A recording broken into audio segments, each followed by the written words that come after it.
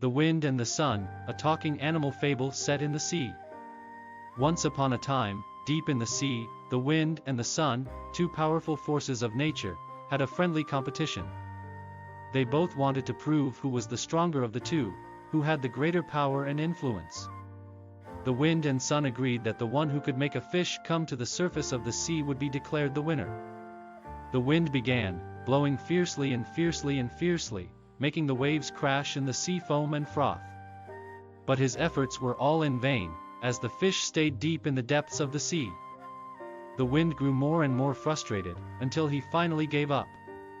The sun then started to shine brightly, slowly and surely warming the sea, and the fish began to swim closer and closer to the surface, until finally the fish broke through the surface and was out of the water.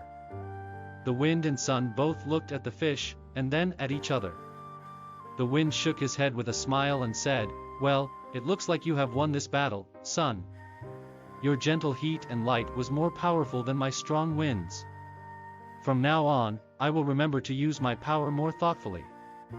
The sun smiled back at the wind and said, "Thank you for this lesson, wind. I, too, have learned something from this contest. I have learned that sometimes the gentlest of forces can be the most powerful." From then on, the wind and the sun worked together, using their powers in harmony to create the most beautiful of days.